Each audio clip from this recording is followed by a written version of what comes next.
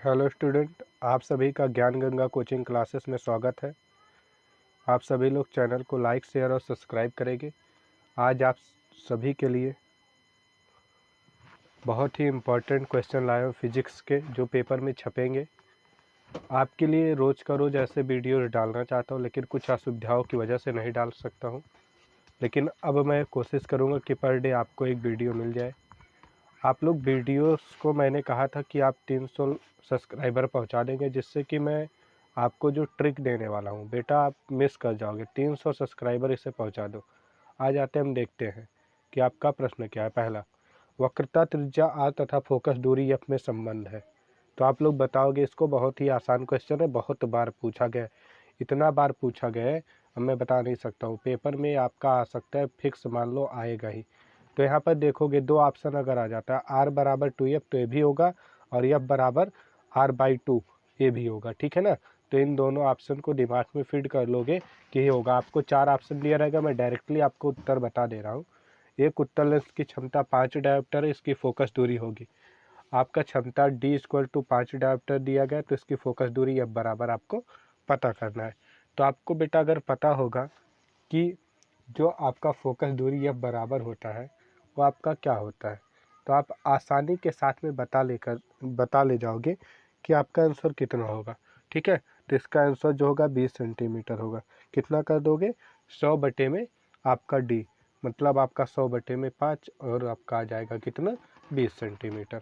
आप इसको आसानी से कर सकते हो, आपको ज़्यादा करने की आवश्यकता नहीं है। बहुविकल्पीय क्वेश्चन है आपके, जो बार बार पूछे जाते हैं। अब यहाँ देखोगे 50 सेंटीमीटर फोकस दूरी वाले उत्तल लेंस की क्षमता होगी। अब यहाँ पर देखो, वहाँ पर पूछा था फोकस दूरी, यहाँ पर फोकस दूरी दिया है, क्षमता पूछ लिया है। तो आपका D= क्या हो जाएगा? D= हो जाएगा आपका कितना? 100 बटे में एफ, और 100 को एफ से काट देंगे तो आपका आ जाएगा 50 दूनी 100 प्लस में 2 डायोप्टर। ठीक है। अब इसी प्रकार हम अगले क्वेश्चन की तरफ बढ़ेंगे।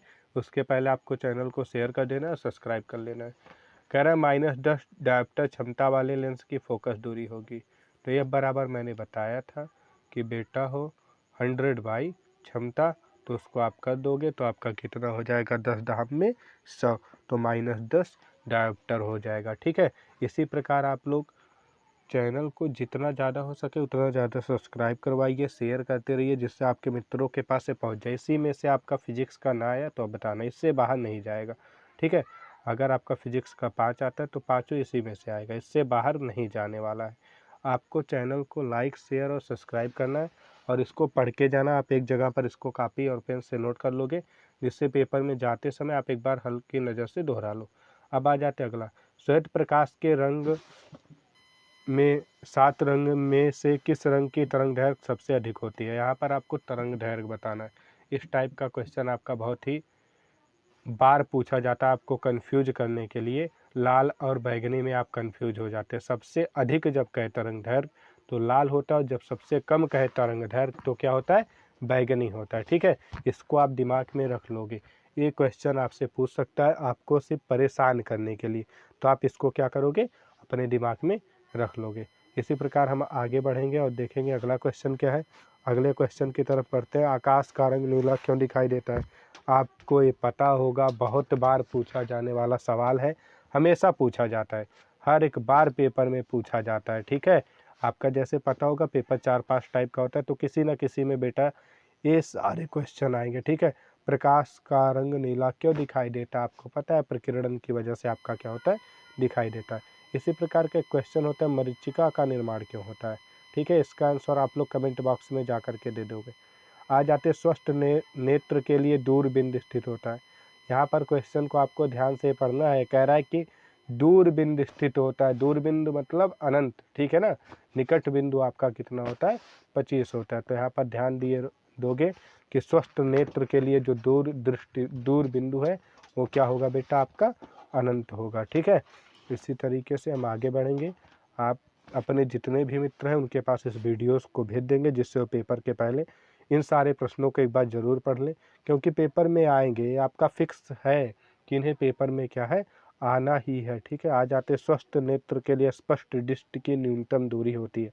यहाँ पर दोनों क्वेश्चन मैंने साथ कर दिया। दूरबिंदु मतलब स्पष्ट दृष्टि की अधिकतम दूर बिंदु जो होता है वो क्या होता है और न्यूनतम दूरी कितनी होती है। तो न्यूनतम दूरी अभी मैंने आपको आंसर बता ही दिया है कि कितना होता है, 25 सेंटीमीटर होता है। ठीक है, तो ये आपके जितने भी क्वेश्चन आ रहे हैं सारे आपके मोस्ट इम्पॉर्टेंट क्वेश्चन है, पेपर में पक्का छपेंगे।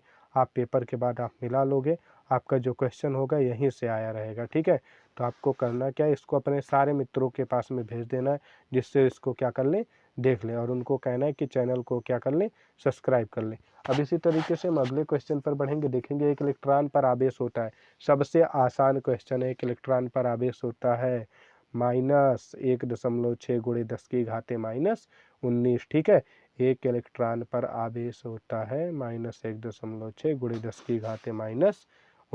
ठीक है, इसी तरीके से हम बढ़ेंगे अगले क्वेश्चन पर। देखेंगे 10वां क्वेश्चन आपका। तो 10वां क्वेश्चन आपका है, किसी चालक तार में विद्युत धारा का प्रवाह होता है। ठीक है, तो यहाँ पर आपको बताना है इलेक्ट्रॉन द्वारा, प्रोटॉन द्वारा, न्यूट्रॉन द्वारा और मुक्त इलेक्ट्रॉन के द्वारा।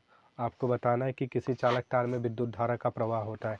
आप लोग बताने की कोशिश करेंगे कि कैसे आपका विद्युत धारा का प्रवाह होता है।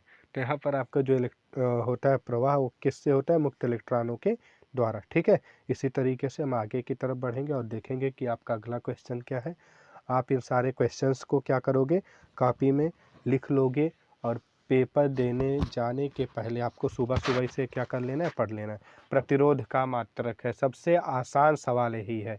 अगर इसको आप कमेंट में बता देते तो बहुत अच्छा ही होगा। प्रतिरोध का मात्रक क्या होता है, नॉर्मली आप पता होगा, प्रतिरोध का मात्रक ओम होता है।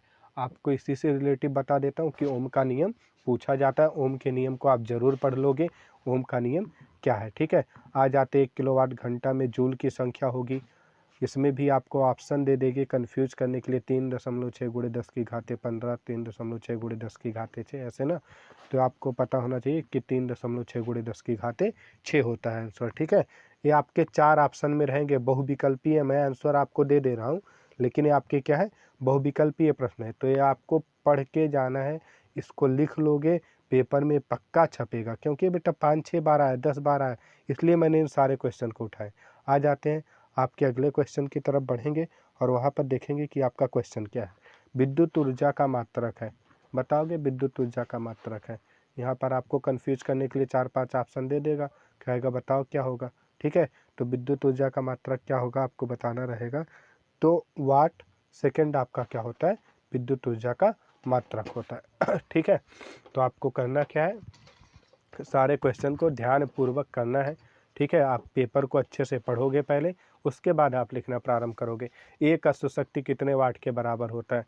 आप क्वेश्चन देख करके ही अनुमान लगा ले रहे होगे कि ये सारे क्वेश्चन बहुत बार पूछे जाते हैं। आपके स्कूल वाले टीचर भी बताएंगे कि बेटा इम्पॉर्टेंट है, और आपको यूट्यूब पर भी यही बताया जा रहा है, ये मोस्ट इम्पॉर्टेंट है, पेपर में छपेगा। आप अंदाज़ा लगा सकते हो कितने इम्पॉर्टेंट है।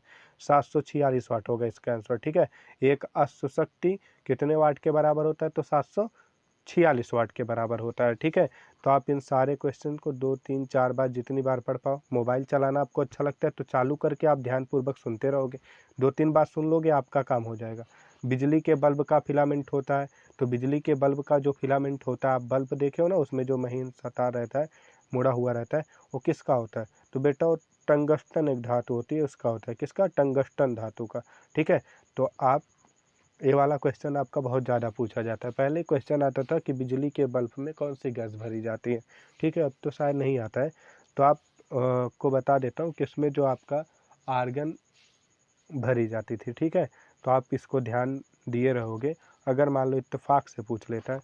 अब देखो, एक गतिमान आवेशित कण उत्पन्न करता है। क्वेश्चन आपका कंफ्यूज करने वाला है, आपको क्या करता है, परेशान कर देता है क्वेश्चन। आप इसको, अगर इसके ऑप्शन को जब देखोगे ना, अभी मैं आपको इसके ऑप्शन को बताता हूँ, आप कहोगे सर इतना बड़ा कन्फ्यूजन है, तो बहुत ही ज़्यादा कन्फ्यूज करता है। कह देगा चुंबकीय क्षेत्र में उत्पन्न करता है, विद्युत क्षेत्र उत्पन्न करता है, चुंबकीय एवं विद्युत क्षेत्र दोनों, इनमें से कोई नहीं। तो आपको पता होना चाहिए कि विद्युत और चुंबकीय क्षेत्र दोनों क्या करता है, उत्पन्न करता है। गतिमान आवेशित कण क्या करता है, दोनों को उत्पन्न करता है। ठीक है, चुंबकीय क्षेत्र को भी और विद्युत क्षेत्र को, मतलब दोनों को उत्पन्न करता है। ठीक, इसी तरीके से हम लोग अगले क्वेश्चन पर जाएंगे, लेकिन उसके पहले वापस से बोल रहा हूँ, चैनल को आप लोग शेयर कर दोगे, जिससे आपके सभी मित्रों के पास ये क्या हो जाए, पहुँच जाए प्रश्न। ठीक है, आ जाते हैं अगला, डायनेमो किस ऊर्जा को किस ऊर्जा में परिवर्तित करता है। ये आपका मोस्ट इम्पॉर्टेंट क्वेश्चन है कि डायनेमो किस ऊर्जा को किस ऊर्जा में परिवर्तित करता है। विद्युत को यांत्रिक में, यांत्रिक को विद्युत में, ठीक है, रासायनिक ऊर्जा को भौतिक ऊर्जा में, भौतिक ऊर्जा को रासायनिक ऊर्जा में। ये 4 आपके ऑप्शन हो गए। अब इसमें से आपको बताना रहेगा तो डायनेमो किस ऊर्जा को किस रूप में बदलता है। आप इसको पढ़े होगे ना बेटा, डायनेमो यांत्रिक ऊर्जा को विद्युत ऊर्जा में बदलता है, ठीक है। आपको ऐसे बता दे रहा हूँ कि आपका जो विद्युत मोटर है उसको पढ़ लेना, ठीक है। मोस्ट इम्पॉर्टेंट आपका रहेगा विद्युत मोटर क्या काम करता है। आप लोग बताओगे विद्युत मोटर क्या काम करता है। विद्युत मोटर आपका जो होता है वो करता क्या है, जो आपका विद्युत ऊर्जा होता है उसको यांत्रिक ऊर्जा में बदल देता है, ठीक है। हम लाइट से लगाते हैं वो विद्युत ऊर्जा को यांत्रिक ऊर्जा में। और ये आपका जो डायनेमो होता है ये क्या करता है, यांत्रिक ऊर्जा को विद्युत ऊर्जा में बदलता है। जैसे आप जनरेटर देखें वो आपका क्या करता है, यांत्रिक ऊर्जा को विद्युत ऊर्जा में बदल देता है, ठीक है। इसी प्रकार आ जाते हैं प्रकाश के किस रंग के लिए कांच का अपवर्तनांक अधिकतम तथा न्यूनतम होता है। तो ये आपका मैंने दोनों एक साथ में कर दिया है कि प्रकाश के किस रंग के लिए कांच का अपवर्तनांक अधिकतम तथा न्यूनतम होता है। इसी में मैंने एक क्वेश्चन और दिया था, अभी आपको बताया था ना बेटा। तो आप इन दोनों क्वेश्चंस को ध्यान पूर्वक देख लोगे, इसमें से एक आपका क्या होगा, फिक्स है, आएगा पेपर में। तो अधिकतम जो होता है अपवर्तनांक को बैंगनी रंग का होता है और न्यूनतम जो होता है वो क्या होता है, लाल रंग का। और तरंग दैर्घ्य में अधिकतम क्या होता है, लाल रंग, और न्यूनतम क्या होता है, बैंगनी रंग होता है। तो थोड़ा सा उल्टा हो जाता है, तरंग दैर्घ्य और अपवर्तनांक को एक साथ कर लोगे। अपवर्तनांक में अधिकतम बैंगनी और न्यूनतम लाल, और तरंग दैर्घ्य में अधिकतम लाल और न्यूनतम बैंगनी। इस प्रकार से आप 2-3 बार वीडियो को जरूर देखेंगे, कम से कम 2-3 बार आप देखोगे तो आपके लिए आसान हो जाएगा। और मैं अगले बार जब भी लेकर के आऊँगा तो मैं जो भी क्वेश्चन बता रहा हूँ उसको तुरंत रिवाइज करा दूंगा 2 मिनट में। दूर दृष्टि दोष के निवारण के लिए किस लेंस का प्रयोग किया जाता है, इसके लिए आपको एक ट्रिक भी बता देता हूँ। जैसे आपका क्या होता है, दूर दृष्टि दोष, ठीक है। तो दूर और आप क्या करोगे, दूर को और निकट को, तीनों के वर्ड को मिलाओगे, जब देखोगे तीनों में होता क्या है बेटा। अच्छा चलो आपको अगली बार इसका ट्रिक दे दूंगा। यहाँ पर देखते हैं दूर दृष्टि दोष के निवारण के लिए क्या हो जाएगा, आपका उत्तल लेंस हो जाएगा, ठीक है। जैसे निकट आओ, निकट से आपका क्या हो गया, निकट दृष्टि दोष, आओ का मतलब अवतल लेंस हो गया, ठीक है।